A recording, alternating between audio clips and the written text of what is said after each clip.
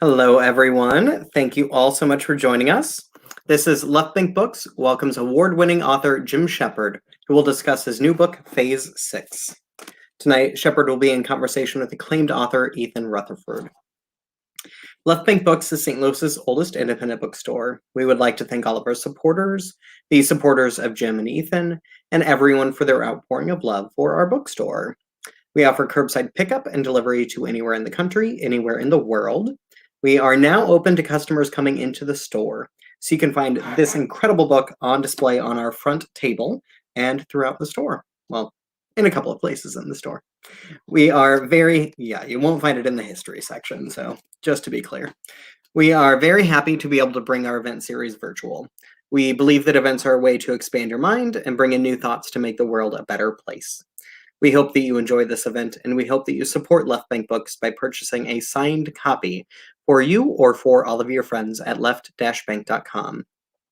Purchasing a copy of the book from Left Bank Books allows us to keep our bookstore and staff operating, and it allows us to keep this event series going. So thank you for your support. I am Shane Mullen. I'm the events coordinator for Left Bank Books. I help produce our hundreds of author events each year with a fantastic team here in St. Louis. We will be taking questions from you, the audience, towards the end of the event. So please type your questions as a comment, and you can do that at any point in time throughout the event. Be sure to follow Left Bank Books on Facebook and YouTube to be notified about all of our fantastic virtual events. We have several events still remaining in June, including a lot of events this week, actually. And we are adding events to July and August that are going to be fantastic. Now, about tonight's book. Phase 6. A spare and gripping novel about the next pandemic, completed by the award-winning Jim Shepard before COVID-19 even emerged, that reads like a fictional sequel to our current crisis.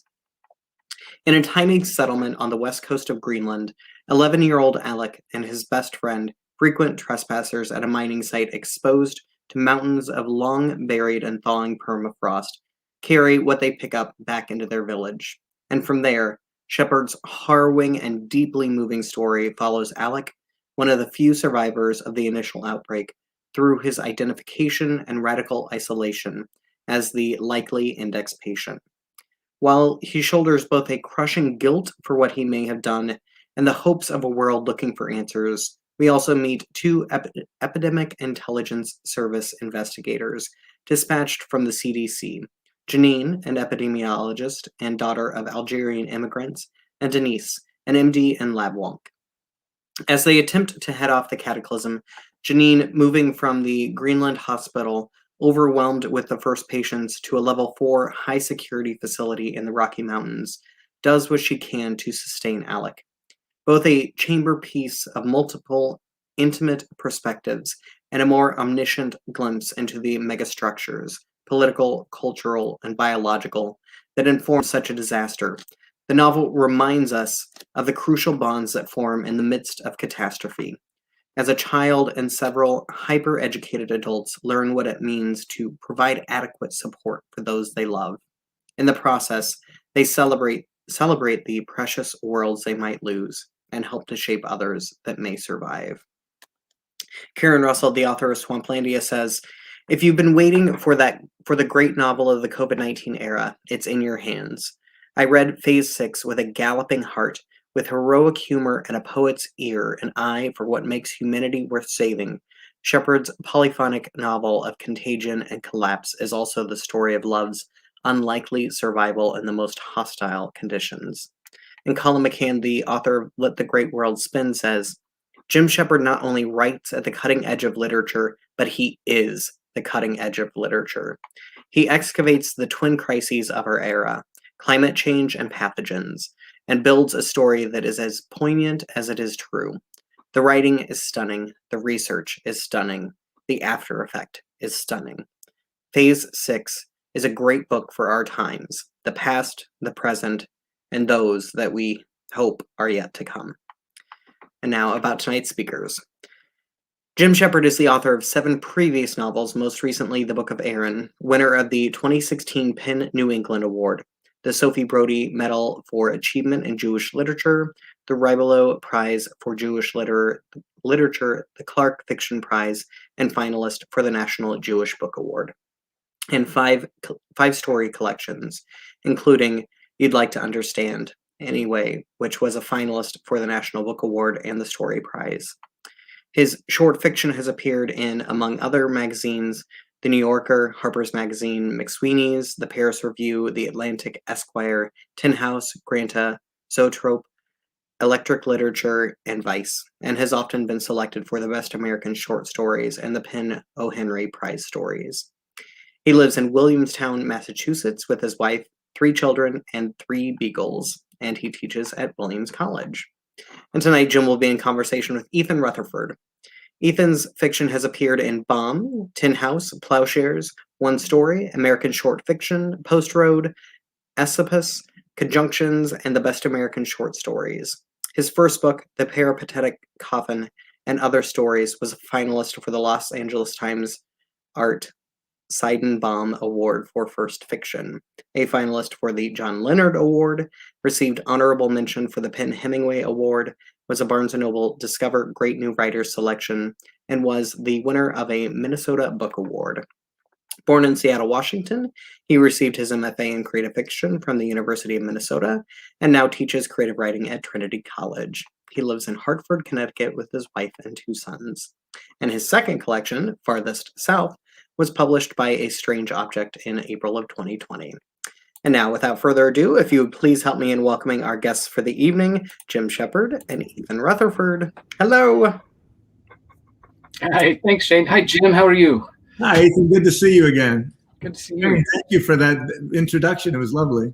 Thank you. It's our pleasure to have you both here this evening. I'm really looking forward to the conversation. Well, we're going to change your opinion very quickly. Yeah, we're just going to talk about our favorite movies the whole time. Yeah, exactly. Yeah. Have you seen that new In the Heights? Exactly. Ethan has a whole list of pet peeves we're going to go over. We're going to start there. Well, listen, thanks again. So, Jim, it's wonderful to see you. And this is sort of the thing that's a little bit unique about this for me is that we did one of these at the very beginning of when your sort of book was published. It was almost a month ago.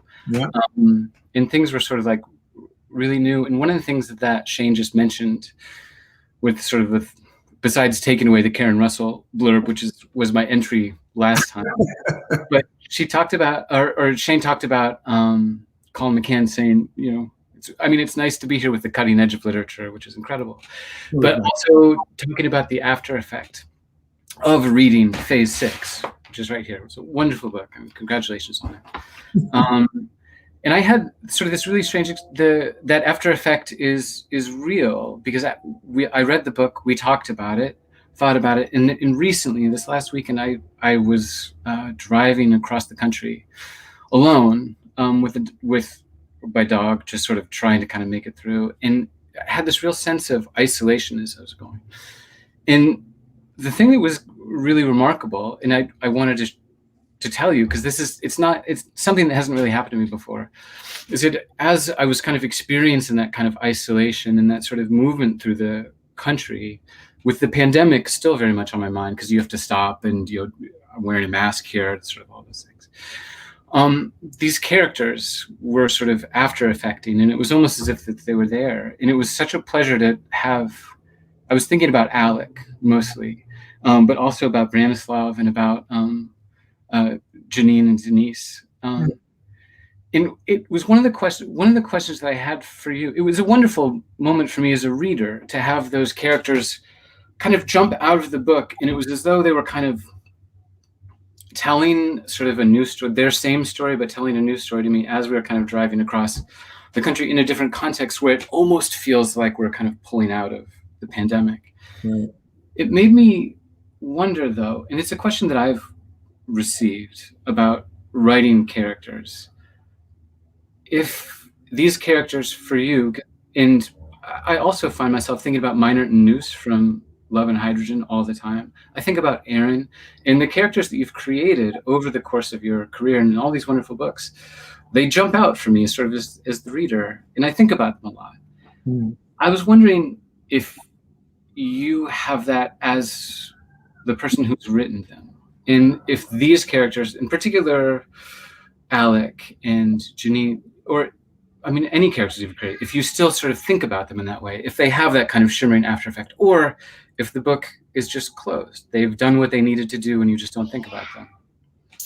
That's a good question. You know, for me, I think, and maybe for a lot of writers, they come back in little momentary shimmers. The way relatives you've cared about and maybe not even fully understood at times, but who are now gone, have come back. So that I don't find myself completing their arcs anymore beyond what I've done. You know, I don't, and people have said to me various times, have you thought about a sequel to this or that? And I haven't, and I don't sort of think, oh, I wonder what those characters are doing now, kind of thing. Often because where they're headed in my work is not always the happiest of places. But they do pop up in momentary ways, and it's not just narcissistic reverie on my part. It's also those moments of frustration that you feel with people you care about, where you're like, what did Grandma mean when she said that? I never fully understood that, right? And so, this very same way, people you care about sort of evanesce and sort of reappear in your memory. That moment when. When Edward said that thing when you were both drinking a cup of coffee pops into your head again, and he's there for you. He's present again in a kind of realized way. That's the good side of it. The bad side of it are those moments where you're like, I never did feel like I understood that part of where that came from, and that'll also pop up. But as you know, you're always going on to the next thing. So those are very almost involuntary little pop-up moments. They're not systematic, and I don't allow them to become systematic because I'll often end up saying to myself, you're working on something else now. What are you worrying about these people for? That kind of thing. Does that make sense?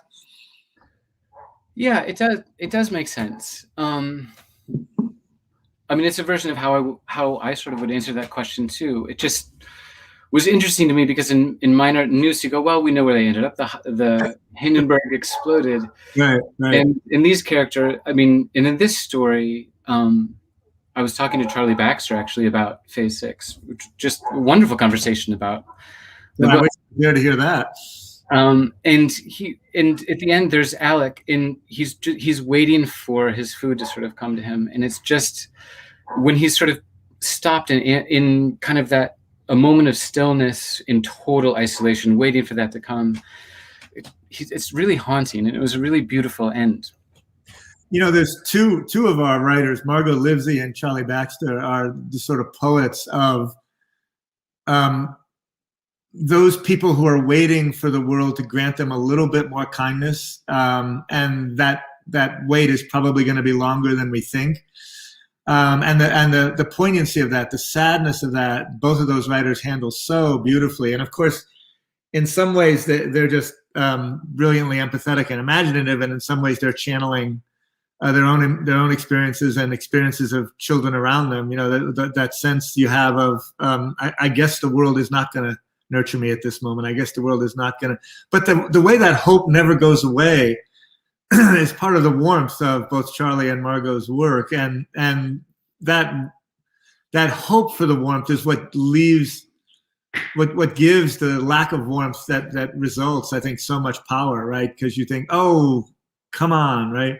Dickens is kind of wonderful at that as well, right? There's so much warmth milling around in Dickens's world that it seems heartbreaking that these characters aren't being given access to it, Yeah.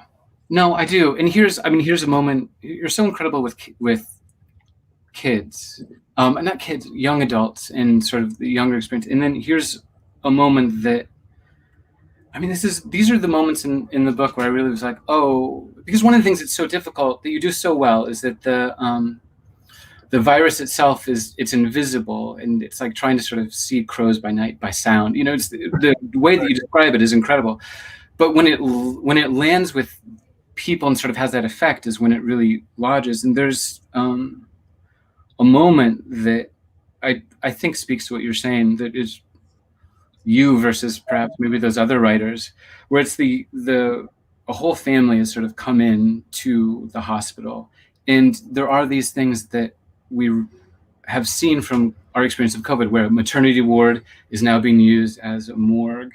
And those details are really sort of stunning. What pulls it out for me into these wonderful, really sort of sad moments is with it's the youngest child who goes, one of the saddest aspects of his situation was how quietly he handled the unfairness of it all. It was like whatever was coming, he'd already figured out that he was going to be dealing with it alone. And those are the moments in this book that work to make this virus so terrifying. Is that sort of stripping away, and the way in which it actually just quiets everybody in the book. Yeah, and we all witnessed versions of that when we experienced what we've experienced in the last year or so. But we've witnessed it before then, right? We've witnessed young people and older people having to confront stuff that no one should have to confront, and doing so with a kind of an astonishing, well, I guess this is just me and it right now, as opposed to a lot of histrionics, as opposed to a lot of melodramatics, as opposed to, and that when you see something like that, it just tears your heart out, right? And so, of course, as a creative writer, you try to remobilize it and put it to use in some other ways, but you're also, when you're dealing with something as potentially melodramatic as a global pandemic, you're always looking to push back against the sensational aspects of it, right? And mute things a little bit if you can. And so that's where the scale, the shifts in scale are so important, right? We are moving from glimpses of what's going on globally to much more energy being put into people who are just dealing with their own problem in their own room, How did you navigate those? Because it is those moments of stillness and those moments when things are muted that really, that's when the scale actually lands, that contagion and collapse. You actually feel it in your body. How, as you were writing, how did you know sort of when it was time to kind of turn that switch? Was it just sort of instinct, or did that come to you in kind of the editing phase? Because the moments that I remember as I was driving it is that child alone waiting for it to sort of come. But it's also, there's these sort of fleeting glimpses. There's a woman who knows what's going to happen, and she sort of won't hear it. And the only thing she wants is to hold her friend's hand. She's like, whatever happens, it seems to be okay, as long as I can actually touch somebody. Right. Without too many sort of spoilers, there's a moment that I'll never forget where one of the characters reaches out and touches the name on an email. I thought those were amazing, and I think they do what you're getting at. But what was the process for you of trying to sort of harness all of that sort of information, those kind of the mega structures as Shane was talking about, and then making that personal? I mean, how did you negotiate all of those things? Some of it is understanding your own predilections as a stylist. You sort of know what it is you like to do and what it is you need to do more than you would like to. And my impulse is always to stay small. My impulse is always to stay in the chamber piece. My impulse is always to do the worm's eye view. And my impulse is always to let the larger implications be implied. And I understand, and in fact, I often argue with other writers who have different impulses. I understand that I can get perverse in that way. I can deny people too much information. And in fact, I have this ongoing argument with a good writer friend of mine, Ron Hansen, who is a maximalist. And Ron won't assume anybody knows anything, right? And so we're early readers on each other's work, right? And so Ron will say to me, Jim, nobody knows what an ME-262 is. And I'll say, they don't have to know, right? And I'll say to Ron, we know Germany lost World War II. You don't have to tell us that, right? And he'll go, no, I don't think, so I tend to want to leave more implied. I tend to want to go small. I tend in the aesthetic direction away from a lot of the pleasures that a pandemic novel, pleasures in quotes, that a pandemic novel should deliver, right? If you're writing about a global pandemic, the reader has a right to go, so what is going on in the world, right?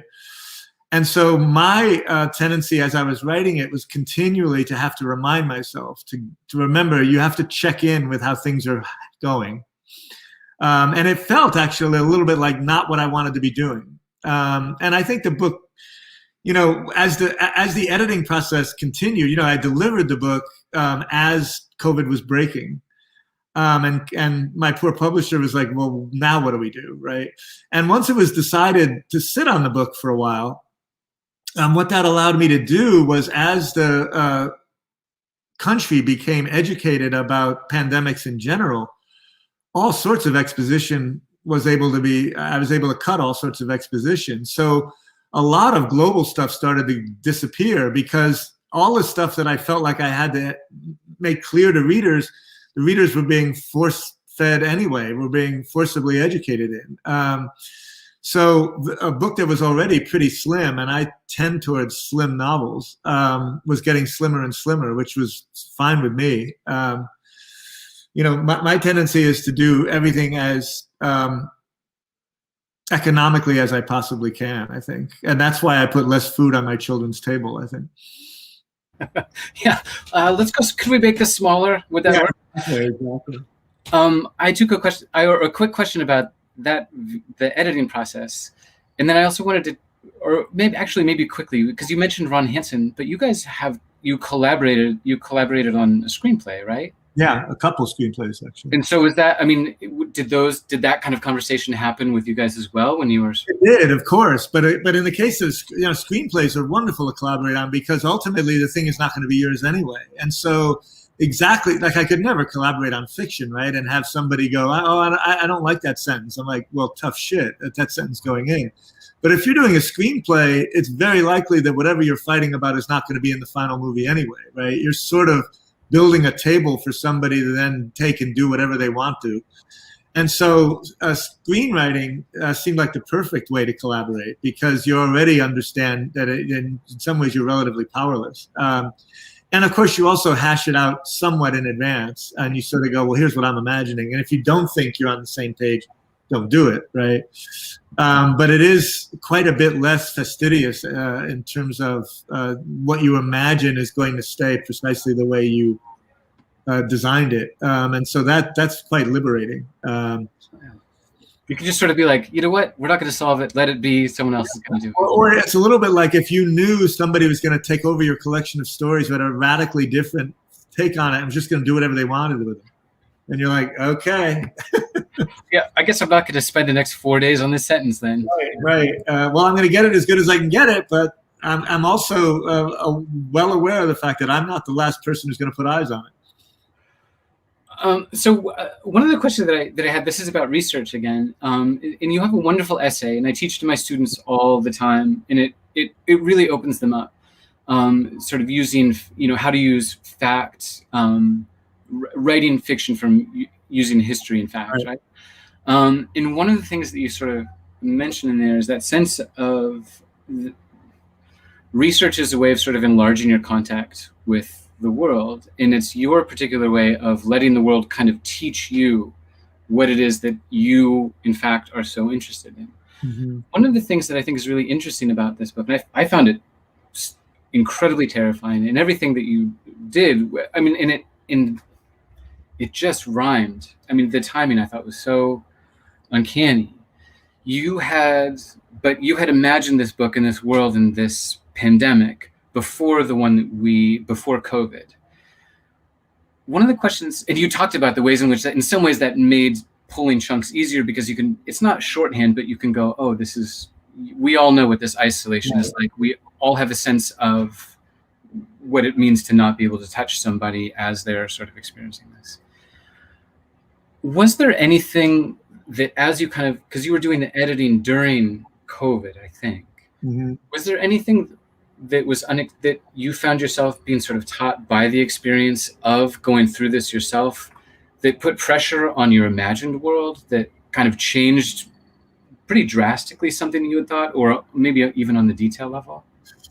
Well, one of the ways in which I wasn't, it wasn't too hard to be prescient in terms of imagining a pandemic coming, right? I mean, epidemiologists have been warning about that for a decade now or more. But one of the ways in which I wasn't very prescient is as cynical as I thought I was being about our political dysfunction and the way that was going to impact our ability to handle a pandemic. I wasn't close to how dysfunctional it was. And part of the reason I shied away from that was not my faith in our political system. It was my understanding that doing justice to that kind of absurdity was going to turn the book into a farce of a sort. And I didn't really want to do that, and what that meant was, as these farcical stories continued, here's what the Republican governors are doing in Florida, here's what Trump is announcing, we should all drink bleach, or something like that. I mean, you put something like that in a novel and you have a black comedy, essentially, right? And so I think it was a kind of an aesthetic self-defense. I think even though I had an inkling that kind of stupidity would be possible, I thought, I don't want to write that book. So as the pandemic unfolded, I saw that gap widening, right? My novel had what I would call run-of-the-mill idiocies on the political side, and the truly spectacular idiocies were not. They were in the real world, where alas, where they keep proliferating. Yeah, it's terrifying, and I think that one of the things I found this book to be terrifying, not just on sort of the physical sort of tactile level, that I felt like I had experienced what it was like to sort of be in these sort of isolated wards, and that sense of your memory is the only thing that is kind of coming to you in waves, and that's the only thing that you can hang on to. And then even the things that you're remembering are pointing out the various ways that you've kind of failed to perhaps rise to the challenge. Yeah. What I was continually coming up against in the book was the way in which individuals would rise to the challenge. And I have a good friend, for example, who's an EMT in New York City, and she was doing amazing things. Her friends were doing amazing things, right? And all over the world, people were doing amazing things, and our governments weren't. Some were acting better than others, right? But as a collective, we were failing. Even as individuals, we were succeeding and doing kind of amazing things, and that also was always a part of the book's design. I think it just wasn't quite as extreme as the real thing pointed out we would be. But our capacity as a collective to compartmentalize and to imagine that what's happening over here is not going to happen over there, right? Our capacity as a collective to do motivated reasoning, right? We don't want to think about this because it's going to cost us some money in the short term or whatever, right? Is pretty bottomless. It's pretty astonishingly large as a collective. And some of it has to do with the way we give way and grant others responsibility that we can take for ourselves, right? I've always been interested in that issue of complicity, in the way that pretty good people can sort of go, well, what can I do, right? And we're back to that famous quote, right? All that it takes for evil to triumph is for good people to do nothing, right? Yeah. So you, with all the research that you did for this, and sort of then also experiencing it and going through it, and you're absolutely right. The thing that was incredibly frightening for me was the realization, as I got to the end of this book, that there are these heroic efforts, and there is a lot of heroism that's happening. At the same time, from the top, there's just this complete sort of almost a dismantling of all those efforts. And you don't have a sense that they don't have value, because in fact, this book insists that it's probably the only thing that has value. You're aware of this collapse that's happening around you, so pay attention to the people who are there, right? Bury the dead and sort of tend to the living. What is it that you what scares you the most, having done all of this work and sort of all this research? I mean, did you find yourself terrified by this? Yeah, I think what scares me the most, and it has to do with anybody who does this kind of research, is the way we continually refuse to learn, right? Nothing that unfolded in COVID was something that we had no experience with before. And so there's this way in which, the logical path is out there. And of course, there's some debate about aspects of it, but for the most part, we should be better at handling these things than we are. And we improve a little bit, and it's hardly it's hardly a done deal one way or the other. The things are either going to be better or worse the next time around. But it does seem, as a rational human being, that you should be able to think to yourself, well, the next pandemic, surely we're going to avoid all of the problems from the last pandemic, right? And anybody who's read the history of pandemics knows that's not the case, but also knows, there is progress, obviously, right? So you're hoping that there's enough progress, and that's combined with the pathogens giving us a break in terms of the contagiousness and the lethality, that we keep being let off the hook, essentially, right? And that's the way it's operated so far. But one of the points that came very clear in the research, and it's somewhere in the book as well, is pandemics go back for eons.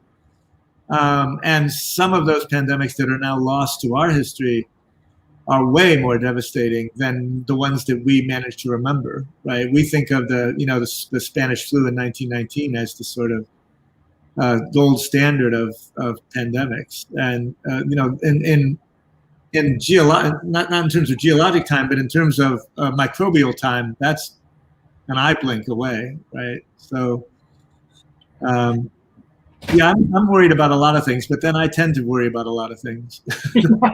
Yeah, it comes to the fiction. Well, and that's sort of it. I don't want to I'm not going to sort of spoil the ending, but that's the moment. That's the other shoe that sort of seems to drop here, which is there's the question of what if this is one of but what if this is even worse than we thought it was? Right. What if we're sort of, as we're kind of discovering these things, we push a little bit further and we actually discover that it's as bad as we could have ever dreamed, and plus the sense that with global warming, all of the melting is going to sort of still happen, which is what kind of produced this. It's terrifying. Yeah. The last time we talked about Alec, who I think is an incredible character, and in his stories, essentially, he's sort of patient zero for this, and the thing that he's carrying around is he has not been affected by the illness, but he's given it to everybody he loves, and his village has been obliterated, and so they're studying him and putting him in isolation to sort of see if they can learn about the virus in order to kind of figure out what we are supposed to do to kind of go forward. We didn't get a chance last time to talk about Janine and Denise very much, who are on the other side of that sort of. There are two stories that are being told here. One is sort of Alec kind of being stripped away and sort of is about a lessening. The other one is of Janine and Denise, who are kind of slowly building up that information. And that's the toggle that you were talking about, where the world is kind of coming into the story. Mm-hmm. I was wondering, as those characters, they had their after effect with me. You do so much research. I was wondering if they were based on anybody that you spoke to over the course of your research, if they actually had real world analogs that moved into fiction. Yeah, they do actually in some ways. Two of the sources that were, besides all of the reading and sort of nerdy book learning that goes into a book like this, there's also a lot of interviewing. At least when I do something like this. And two of the sources who were hugely helpful were Tom Frieden, who is an ex-director of the CDC.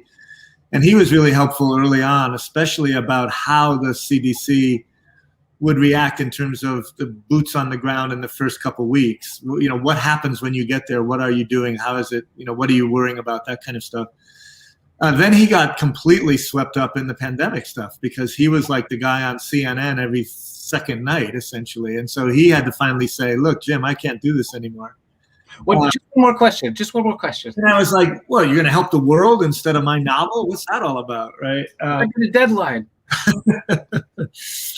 And then there was a microbiologist here at Williams. And one of the wonderful things about teaching, as you know, at a little liberal arts college as opposed to a big university is instead of my having to take a bus across campus and try to convince a biologist to have a conversation with me, the community is small enough here that I could essentially walk across the street and say to somebody in the biology department, hey, would you be willing to have this conversation with me in an ongoing way? And one of the things that Lois did that was truly wonderful was essentially stage for me those kinds of conversations that Denise and Janine have, where they, how do you do science? One of the things I was interested in, and I'm completely ignorant about, or was completely ignorant about, is how do you do science together, right?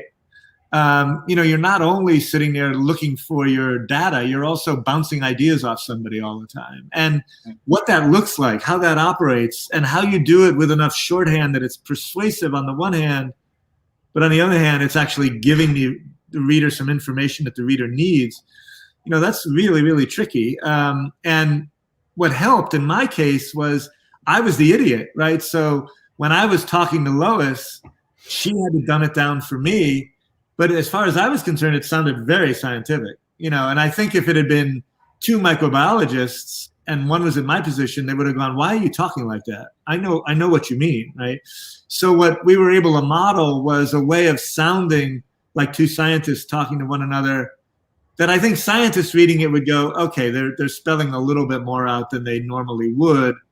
But for the lay reader, it sounds like you're privy to a really high-level scientific back and forth, right? And of course, because it's fiction and because you're dealing with literary types as opposed to mostly scientists reading it, much of the time you can be assured that the reader's going, well, that sounds like science stuff. I believe it. I know. But I'm trying to do something, and I am doing something that when I finally run it by microbiologists, they will say, yeah, this is the way this would work, as opposed to, well, a microbiologist would find this hilarious if somebody said this, that kind of thing. And have you given it to the folks that you talked to? I mean, have you sent them the manuscript and the book and stuff, or were they involved in the vetting, like the editing process, or was it more of just the generative process? No, in the case of Lois, as I was writing those scenes, I would run those scenes by her almost immediately, and I would go, how's this sound? And she would say, that's great, except she wouldn't say this, she would say that, right? And I would go, thank you, thank you, thank you, thank you, thank you. So all of that editing was done before my editor at Knopf saw it, essentially. And then Tom and Lois were sent the books just as a courtesy, just so they could see their names lavishly thrown about in the acknowledgments, essentially. But they were a huge help in the actual composition, because without them, I literally didn't know what I was doing, right? I mean, what are the first three things CDC people should do when they hit the ground in an outbreak? You can read a little bit about the checklist on the CDC sites. You can read a little bit about CDC, memoirs. But when you talk to somebody, you can say to somebody, all of those questions that seem to fall through the gaps, you just bring them up, and they'll go, oh, well, here's why that's not even an issue, or here's why that's an even a bigger issue than you think, right? And in fact, one of the decisions really early on that I made was to have two women as the pair that were sent out, because Tom had just mentioned offhandedly, boy, whenever there's a woman who's a part of the pair, the group has much more trouble in terms of authority. And I thought, oh, excellent. Well, I'm going to have two women then. That's right. It's that nose for trouble. Let's make it a little bit more difficult. Right. And that's a really good, rule of thumb in fiction, right? If you can make it more difficult for your protagonists, you're better off. No, and it worked incredibly well, because it pulled in so many of these other sort of pressures that were there. And also as a reader who sort of I need the science sort of pretty much spoon-fed to me, where there was this amazing moment where step one is identifying the virus. Step two is finding out where it had been all this time. Step three, why it had emerged and where when it had, and then they go, that's why Alec is so crucial to this.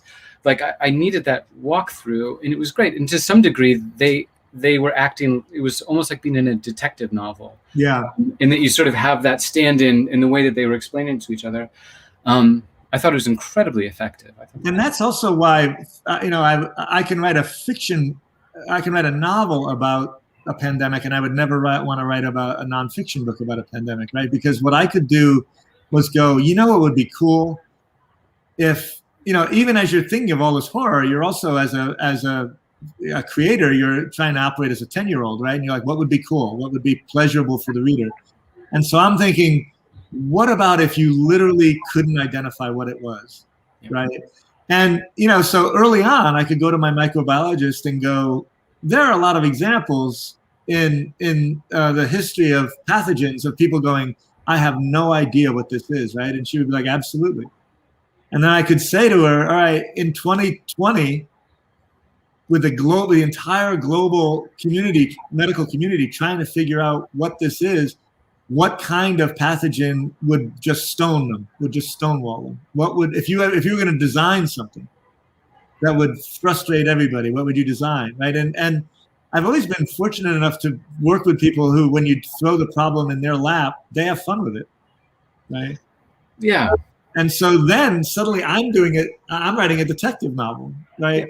In a way, COVID wasn't exactly a detective story, right? We knew what COVID was early on. There's some crucial questions, right? Is this a zoonotic virus? Did it walk out of a lab? There's a lot of things like that.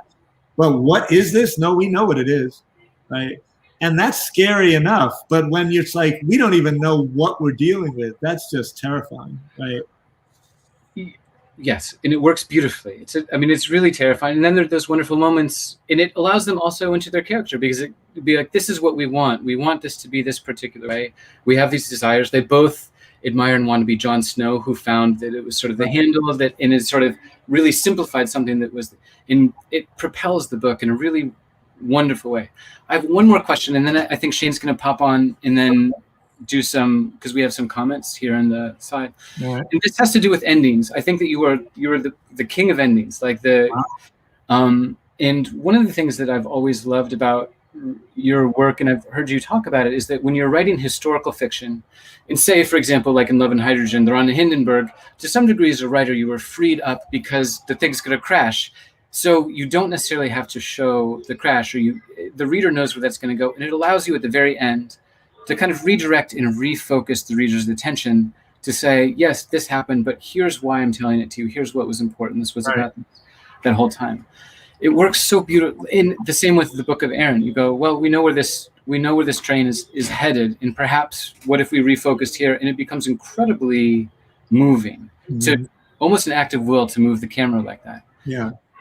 With this book, it's researched and to some degree has that same sort of amount of information, but it pulls you up into sort of the now. And in fact, it's in the future where the reader actually doesn't know the ending at all.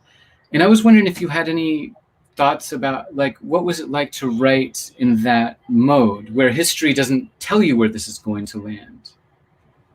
In all those cases that you were describing, it's not only that you're freed up, it's also that you're negotiating a box that the reader has either quite self-consciously or intuitively figured out and is wondering how you're going to negotiate, right? So if the reader is reading a book about the Titanic, the reader's going, well, how is he going to come up with an ending that's not an obvious, I know where this is going, right? So how is this going to please and surprise me? So that resourcefulness not only becomes crucial, but it also becomes part of the pleasure of the final stages of the book, right? Can you do this in a way that makes me think, oh, I didn't see this coming, right? If every ending is supposed to be surprising and inevitable, this situation puts the maximum pressure on the surprise part of it, right?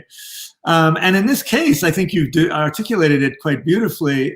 What you're enabling in a kind of resourceful way is a redirect, and a redirect to the thing that's the most important, right? Which is, it's not the Titanic, it's the three people on the Titanic that we're supposed to be caring about, right? It's not the pandemic, it's these other people, right? And there's a lovely way in which, in ethical terms, and aesthetic terms, you can essentially remind the reader, no, it's about the human beings. It's always been about the human beings. And it's been about the way human beings operate, even in microseconds, right?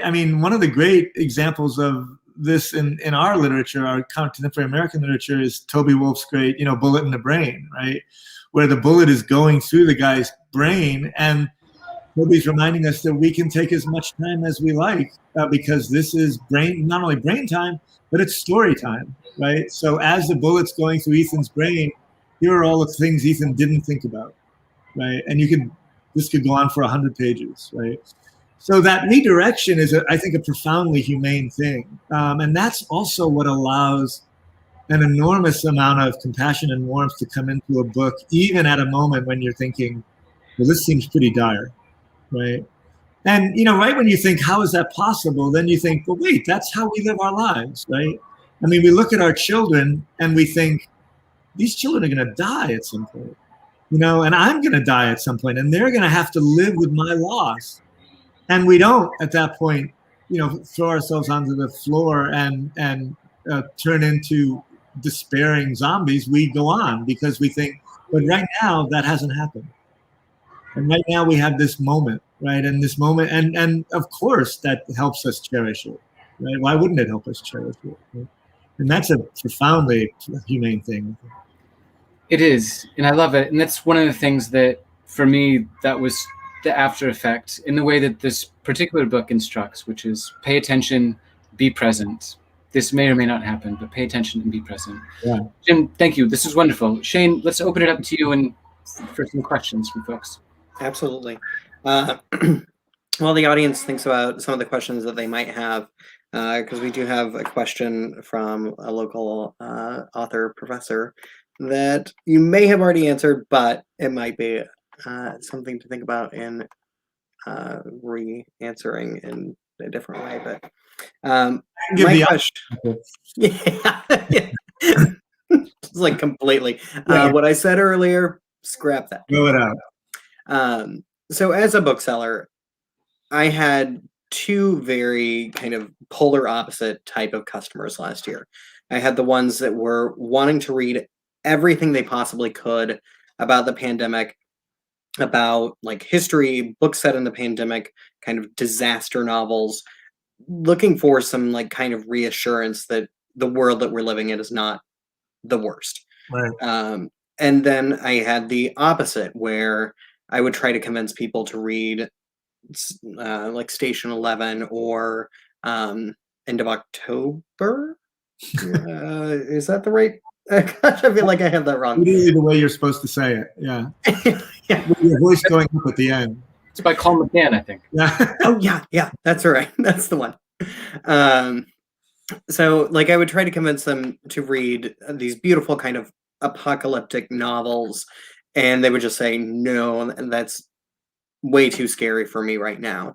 And I'm wondering if you've gotten that sort of reaction, either sort of reaction from the audience, and how you would convince someone that's saying like that's too scary for me right now to go ahead and read your book. Yeah, the latter question, how I would convince somebody. First of all, I'm incredibly shitty at convincing people to read my book. But the latter question is sort of what I was talking about with Ethan at the very last point, right? About how much it's deeply reassuring in some ways to remind ourselves that we're all operating under that death sentence, right? And we're all, in fact, doing everything we can to cherish those people we care about while we have them in front of us. And, any book that demonstrates that, and I would hope any book of literature that you're reading would be doing something like that, is a book you'd want to read in a pandemic or out of a pandemic, I would hope.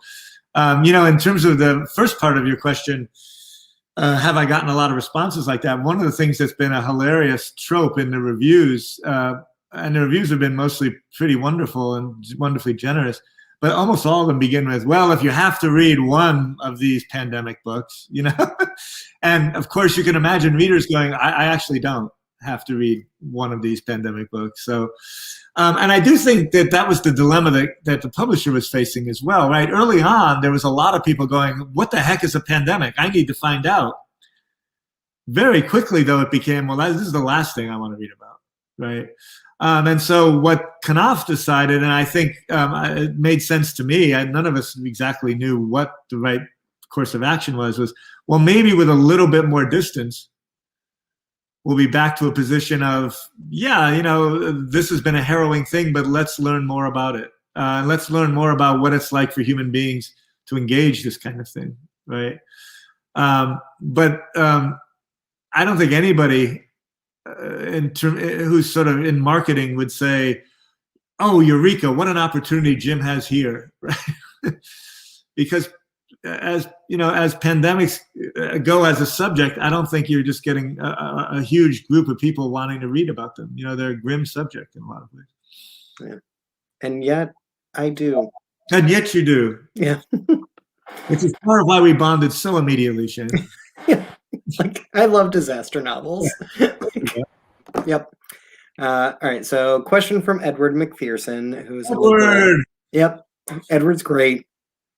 Everybody should read Edward McPherson immediately. We do have his books for sale at Left Bank Books. So, all right. So, Edward is asking, I'd love to hear Jim talk about how he navigated the scalar shifts from big global story of the pandemic to the intimate, immediate world of the characters, Worm's Eye View.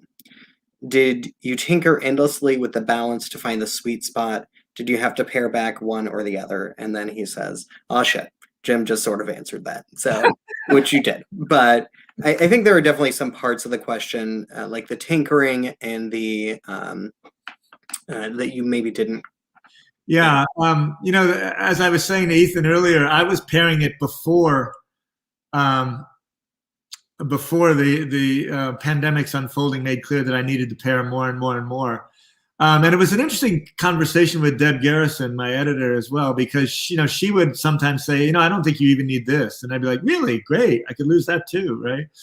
And I was always looking to lose more and more and more. But remember, also in terms of what I was saying to Ethan earlier on, I was working hard to put that stuff in the early draft because I was like, I don't want to do this. And I think anything that feels like I'm gathering a lot of portentous or momentous authority into myself always makes me a little squirrely, right? So that voice that goes, meanwhile, 3,000 miles away, forces were gathering. I hate that kind of I'm shouting from a mountaintop kind of voice. And so, again, I was always trying to go small. But the other thing that I was quite aware of was there's this impulse to get angry when you think about the way the collective is responding. And that's an impulse to editorialize too. And that editorializing would come out every so often. And I would think, you know what, I'm going to leave that in there. That as often happens in America, we say we're going to learn, but we don't learn, right? I think there's a sentence like that still in the novel. And that's pretty close to something that you'd find in an op-ed somewhere. And I'm able to move between those registers because I have on the one hand, a really, really close third person narration, but on the other hand, there's a completely omniscient narration, right? That can move around in time. And that narration, the good news about omniscience is do whatever you can get away with, do whatever you want. So that toggling that Edward is talking about was happening all the way through, and it happened up to the very last moment with the last run-throughs. On the last run-throughs of the copy edited manuscripts, we were still cutting stuff out. Don't need this anymore. Every time, CNN would do another thing, but don't need this anymore. Yeah. I wanted to ask both of you so earlier when you were answering that question, you were talking about your friend's book who had to state that the Germans lost World War II. And you said like that doesn't need to be in there, Right. But there are definitely certain books where that does need to be stated. And like I think about alternate history books and things like that where people will take just like one little piece of history and change it without really making the reader super aware of it until like they do that twist. And I personally don't really care for that sort of twist. But I do think that in some ways, even grandiose things like that are generally, hopefully, accepted as true. Because, there are some people that don't believe that. I'm wondering where you draw that line. So what level of this is a generally accepted fact and I'm not doing anything to like alter people's knowledge? Yeah, I'm sort of like you, Shane. I don't have much patience for those what happened if Germany won World War II things, because that seems to me pretty straightforward fantasy writing in some ways. And I'm not a big fan of fantasy, which is again why I put less food on my children's tables. I have fantastic elements in my fiction all the time, and I love stuff like magical realism, but I'm not drawn to straight out fantasy most of the time. And I would put that kind of historical speculation in that category. what that means is, and this is something that I said in the essay that Ethan was talking about earlier, I think that the kind of fiction that I am admiring when it comes to dealing with that kind of history believes that on the one hand, we need to respect the facts as we understand them. While on the other hand, as politicians have taught us, facts are pretty malleable things. So we have a lot of room to maneuver. We have a lot of, anybody who's taken a history course or read a history book knows that there's a lot of area for argument. And in that area, the fiction writer has room to maneuver, right? Did Germany invade Russia? Yes. Why did Germany invade Russia? Well, now you have lots to play with, right? What happened on that first day? There's a lot of stuff that's chronicled. There's a lot of stuff that's lost forever. And that, again, gives you room to maneuver. But as soon as I come across something that is completely ahistorical, as I understand it, in some ways, for me, the illusion has been blown up, right? And I'm going, wait a minute, that's not true. And even if I then, Shane, go, oh, maybe that's intentional, I'm still doing now a negotiation in my own head that's pulled me out of the illusion, right? And that seems to me a problem. I want my reader completely submerged in the illusion. Ethan, did you have a rebuttal or support? No, listen. It's full support. It's a topic that I really love because I've never been able to. I've tried not millions of times, but to read The Plot Against America, and I just can't get that far into it, even though I know it's it's a wonderful novel, and I like Philip Roth. And one of the things that I was going to read Jim's quote from his essay, because I have it here, but he said it perfectly. And it's one of those things you go like, well, we know what happened, but then as a reader, I read Jim's work and be like, well, what did it feel like? And that's what I get from Jim's work. What was it like to sort of be there on the ground, and what, Jim, you call it the worm's eye view? And I find that to be, I don't know, just really enlarging in terms of like but it only works if I know that the facts are being respected in a certain way. That's how the magic trick works. The question that I was going to jump in and say, but we're running out of time, for Jim is what's your response to something then like the ecstatic truth, like Werner Herzog, where you know that what he's doing is, but perhaps that's more about sort of assemblage and manipulation on the assemblage side of things, and he's not lying necessarily. Yeah. He's generating an effect. But I'd wonder what you would say to that, because I know that you love Werner Herzog. I do love Werner Herzog, and I think I would put Werner Herzog into that great baggy category called expressionism, in which I also love, which is really, frankly, saying that the individual psyche is going to distort the world through its vision of that world, essentially, right? And so, when Werner Herzog goes, oh, the world is all about murder, you sort of go, well, for you, maybe it is today, Werner, and it's an amazing vision. But it's not as though you're going, wow, I finally have understood objectively how the universe operates. Werner has told me, right? So I think if you're in the presence of idiosyncratic genius of a sort, right? If I'm in the presence of one of Kirchner's paintings, if I'm in the presence of one of Herzog's documentaries, I'm turning myself over to a version of the world that is not, I'm pretty confident, exactly the way I would see the world. But I'm still learning an enormous amount about the world because of it. And I'm learning an enormous amount about an amazing sensibility as well. So I'm not, it does seem pedantic and pointless to sort of say, I don't know if everything in Werner Herzog's movies is true. You're like, I can guarantee you it's not, right? But, there's that great Tim O'Brien line when he was trying to figure out how to write about his experiences in Vietnam, where he said, the hardest thing for me to learn was sometimes I had to change the facts to get at the truth. Right, which is a pretty slippery claim at first, but then you think, no, there's all sorts of ways. Anybody who's written anything creative knows how that operates, right? In the original scene, Grandma was in the room, but if I leave Grandma in the room, it's going to totally distract the reader from the crucial aspect of this, right? So Grandma's no longer in the room, right? That's a factual change. Right? All right. Well, I want to thank you both for this incredible conversation. I'm glad that you were able to continue the conversation that you started in the last event. And a reminder to the audience that this book, well, there's a glare on it. I'm like, oh, I can't get it to work. So Phase 6 is available for sale. Signed copies are at Left Bank Books, and Jim was so gracious to sign book plates for us, so you can get a signed copy at Left Bank Books. And link is in the comments. Thank you both so much for participating in this event.